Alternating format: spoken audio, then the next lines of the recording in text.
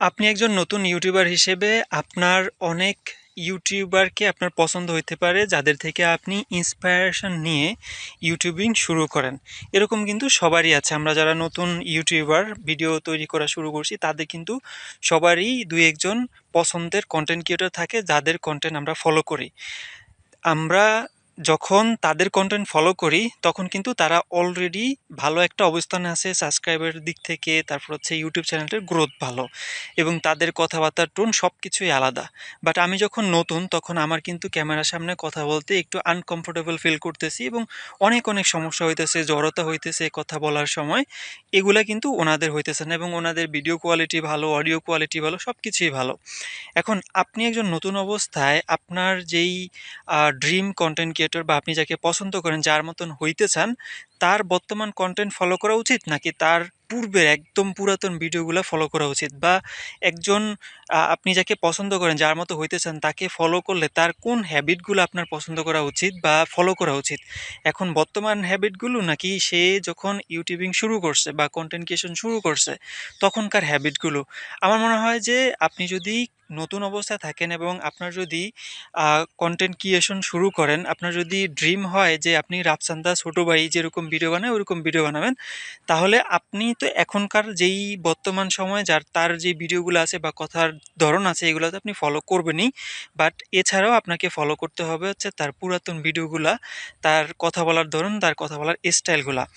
Recently একটা video upload হয়েছে, সেটা হচ্ছে যে মিস্টার বিস্ট তার 10 বছর আগের পুরাতন একটা ভিডিও সে আপলোড করছে। সে 10 বছর আগে একটা মানে একটা প্রেডিকশন করছে বা তার লাইফ নিয়ে, ইউটিউব জার্নি নিয়ে একটা ভিডিও তৈরি করছে। সেই ভিডিওর ভিতরে বলছে যে সে 10 বছর পরে কোথায় যাবে, তার মিলিয়ন সাবস্ক্রাইবার হবে হয়তো বা কোনো একটা ভিডিওতে অনেক বেশি ভিউ হবে, তখন তাকে দেখতে কেমন হবে, সে কলেজ পার হবে, এই জিনিসগুলোই সে ওই 10 বছর আগে ভিডিওতে বলছিল অনেক কনফিডেন্টলি। বাট তখনকার বলার ধরন এবং তখনকার ক্যামেরার কোয়ালিটি বা অন্যান্য যেই জিনিসগুলো আছে এখনকার সাথে সব কিছুই কিন্তু পার্থক্য। এখন আপনি যদি চান মিস্টার বিস্ট হবেন তাহলে আপনাকে প্রথমে ফলো করতে হবে ওই হ্যাবিটগুলা। মিস্টার বিস্ট যখন শুরু করছে তখন সে কি করছে, কিভাবে কথা বলছে। এখন আপনি যদি মিস্টার বিস্ট হইতে চান, আপনি নতুন অবস্থায় আছেন, আমি মিস্টার বিস্ট ছাড়াও আমি হচ্ছে এমনি জেনারেল বাংলাদেশি কিছু এক্সাম্পল দিই তাহলে আপনার বুঝতে সুবিধা হবে। তোর আমি একটা এক্সাম্পল দিছি যে আপনি যদি রাফসান দা ছোট ভাই হইতে চান তাহলে সে শুরুর দিকে কি করছে, কিভাবে ভিডিও তৈরি করছে, অনেক ভুল ছিল। সেই ভুলগুলাকে সে আস্তে আস্তে পর্যায়ক্রমে কথা বলার ধরন সবকিছু কিন্তু সে উন্নত করছে। এখন আপনি যদি চান যে রাকিব হোসেনের মতন, রাকিব হাসান না হোসেন ইউটিউব চ্যানেলের নাম, তার মতো যদি হইতে চান বা তার মতো যদি কন্টেন্ট তৈরি করতে চান তাহলে তার বর্তমান কন্টেন্টগুলোতে আপনি কনজিউম করবেনই, ইন্সপায়ার নিবেন। আপনি আপনার নতুন কন্টেন্ট তৈরি করার জন্য ইন্সপায়ারেশন নিবেন হচ্ছে তার পুরাতন ভিডিও থেকে। এখন আপনি যদি চান যে খালিদ ফারহান হইতে, সেক্ষেত্রে এখন খালিদ ফারহান হচ্ছে অনেক দামি ক্যামেরা, তারপর হচ্ছে অনেক গুছায়া কথা বলে। আপনি ওরকম গুছায় কথা বলতে পারবেন না বা আমিও ওরকম গুছায় কথা বলতে পারবো না।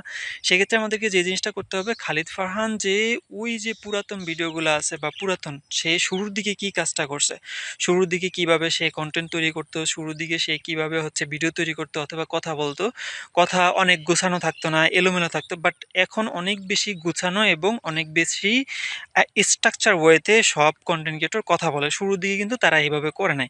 এখন আপনার যদি উদ্দেশ্য হয় একজন কন্টেন্ট ক্রিয়েটর হওয়া এবং আপনার যদি একজন পছন্দের কন্টেন্ট ক্রিয়েটর থাকে, সে যেইভাবে কথা বলে, যেইভাবে ভিডিও তৈরি করে, আপনারও একটা মানে এটা অটোমেটিক্যালি হয়, আমাদেরও হয় যে আমি চাই যে ওনার মতোই ভিডিওটা হইতে হবে। যখন ওনার মতো হয় না, ওনার মতো কথার টোন হয় না, ওনার মতন কথার মানে গল্পের যে স্ট্রাকচার আছে বা স্টোরি টেলিং আছে ওইরকম হয় না, তখন আমরা অনেক বেশি হতাশ হয়ে পড়ি যে না, এরকমটা বুঝি হইবে না, বা তার ভিডিও কোয়ালিটি আমার ভিডিও কোয়ালিটির সাথে মিলে না। তারা যখন শুরু করছে তাদের ভিডিও কোয়ালিটির সাথে মিলে নাই, তারাও কিন্তু ব্যাড কোয়ালিটি দিয়ে শুরু করছে। আপনি যদি মিস্টার বিস্টের ভিডিওটা দেখেন তাহলে দেখবেন যে সে একটা বেডরুমের ভিতরে ভিডিও তৈরি করছে এবং অনেক ওম করে কথাগুলা বলতেছিল। এরকম কিন্তু এখন বর্তমানে যেরকম কনফিডেন্টলি সে কথাগুলা বলে, সেই সময় কিন্তু ওইরকম কনফিডেন্টলি সে কথাগুলা বলতে পারতেছিল না।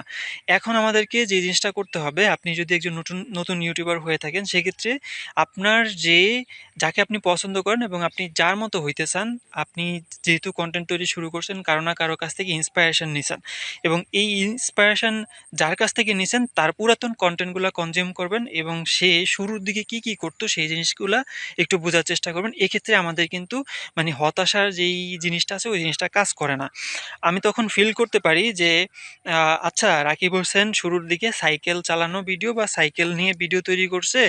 এই তার ভিডিও কোয়ালিটি কিরকম ছিল? খুবই বাজে ছিল। অবশ্যই তার কথা বলার ধরন বা এই জিনিসগুলা এমন এখনকার মতো ছিল না। বা রাফসানদার ছোট ভাই যখন ভিডিও তৈরি করছে তখন তার ভিডিও কোয়ালিটি এবং তখন তার যেই কথা বলার টোন ওই টোনগুলার মানে সঠিক ছিল না, এখনকার মতো না। তখন আমি যখন পুরাতন কন্টেন্টগুলো দেখব তখন আমি আমার সাথে রিলেট করতে পারবো যে হ্যাঁ, আমি এখন যেই পর্যায়ে আছি এবং আমি যার মতো হইতে চাই সেও একসময় ওইরকম ছিল। দ্যাটস ওয়াই সে আস্তে আস্তে যখন ভিডিও আপলোড করা শুরু করছে তার সব কিছু ইমপ্রুভ হয়েছে। তার কথা বলা, তার স্টোরি টেলিং, তার ভিডিও কোয়ালিটি সব কিছুই কিন্তু আস্তে আস্তে ইমপ্রুভ হয়েছে এবং আমাদেরকে কিন্তু এরকম আস্তে আস্তে ইমপ্রুভ করতে হবে। তো মূল মেসেজটা যেটা সেটা হচ্ছে যে আমরা যখন কোনো কন্টেন্ট ক্রিয়েটরের মতো হতে চাই বা কন্টেন্ট তৈরি করতে চাই সেক্ষেত্রে আমাদেরকে তাদের পুরাতন হ্যাবিটগুলা এবং তাদের পুরাতন ভিডিওগুলা দেখতে হবে ইন্সপায়ারেশন জন্য, এবং নতুন কন্টেন্টগুলো আমরা কনজিউম করব সেটা হচ্ছে ইনফরমেশনের জন্য, বা নতুন এবং পুরাতন সব হ্যাবিট মিলেই আমরা নিজেদের ভিতরে একটা হ্যাবিট তৈরি করার চেষ্টা করব। এ হচ্ছে মোটামুটি একটা ভিডিও। আমি যখন হচ্ছে মিস্টার বিস্টের ভিডিওটা দেখতেছিলাম তখন আমার মাথায় একটা আইডিয়া আসছে, এটাই আপনাদের সাথে শেয়ার করা যে আমরা যখন কারো মতো হইতে চাই বা কোনো একটা কিছু শুরু করতে চাই সেক্ষেত্রে আমরা তাদের বর্তমান হ্যাবিটগুলা মানে ফলো না করে আমরা তাদের পুরাতন যেই হ্যাবিটগুলা সেই হ্যাবিটগুলা ফলো করব। আরেকটা এক্সাম্পল দিই, সেটা হচ্ছে যে অনেকেই বলে যে বিল গেটস সকালবেলা উঠে এত কিলোমিটার দৌড়ান, তারপর হচ্ছে বিল গেটস সকালবেলা উঠে বই পড়েন, বিল গেটস সকালবেলা উঠে ঠান্ডা পানি খান, এই জিনিসগুলা। এখন এই জিনিসগুলা মানে মার্ক জাকারবার্গ একই রঙের টি শার্ট পরেন, তারপর হচ্ছে মার্ক জাকারবার্গ খুবই সাদাসিধা চলাফেরা করেন বা তার যে হ্যাবিটগুলো আছে এই হ্যাবিটগুলা মানে আমরা ইউটিউব ভিডিওতে দেখতে পাই যে এই হ্যাবিটগুলো যদি আপনি ফলো করেন তাহলে হচ্ছে সফলতা সফলতা পাবেন, বা সফলতার এই 10টা ফর্মুলা বা সফল ব্যক্তিরা এই 10টা হ্যাবিট ফলো করে। তারা এই হ্যাবিটগুলা কখন ফলো করছে? যখন তারা সফল হইছে। এখনো আমি কিন্তু সফল না। এখন আমি যদি একজন সফল ব্যক্তির ভাব নেই তাহলে কিন্তু হইল না। আমাকে দেখতে হবে যে মার্ক জাকারবার্গ কি করছে। মার্ক জাকারবার্গ যখন ফেসবুক শুরু করতেছিল তখন 48 ঘন্টা কোড করছে, 72 ঘন্টা কোড করছে।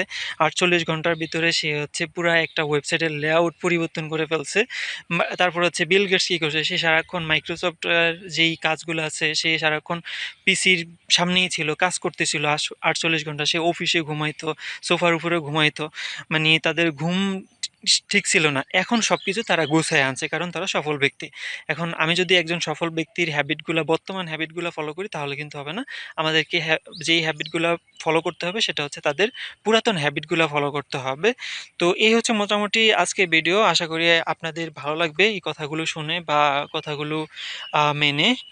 আমি একজন নতুন কন্টেন্ট ক্রিয়েটর, আমি এই জিনিসটা ফিল করছি বিদায় আপনাদের সাথে একটু শেয়ার করা। আপনাদেরও আশা করি হেল্প হবে। দেখা হবে পরবর্তী ভিডিওতে। ভালো থাকবেন, সুস্থ থাকবেন। টাটা।